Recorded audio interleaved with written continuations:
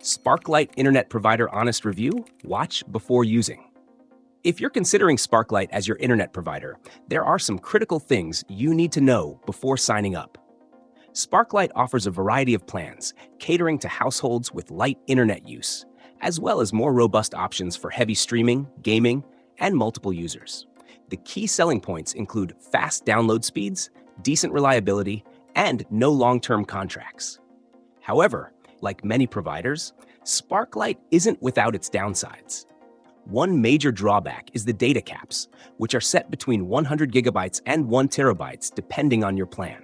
For households streaming 4K content, gaming, or using multiple devices, hitting these limits could mean facing expensive overage fees.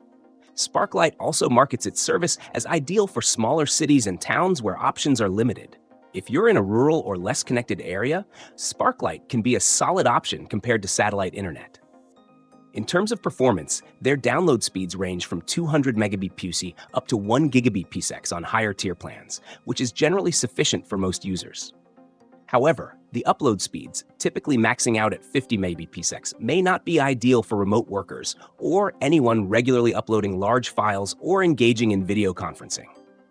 Another issue some customers report is pricing. While the initial monthly costs may seem competitive, the rates can increase after the first 12 months, and if you exceed your data cap, those extra charges can pile up quickly. Customer service is another hit-or-miss aspect. Some users praise the quick responses and helpful staff, while others report long wait times and unresolved technical issues. In short, Sparklight could be a good choice for moderate users, especially in less populated areas.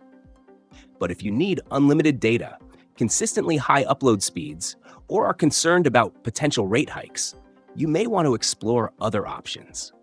Ultimately, it comes down to what your household requires in terms of internet usage, so weigh these factors carefully before committing.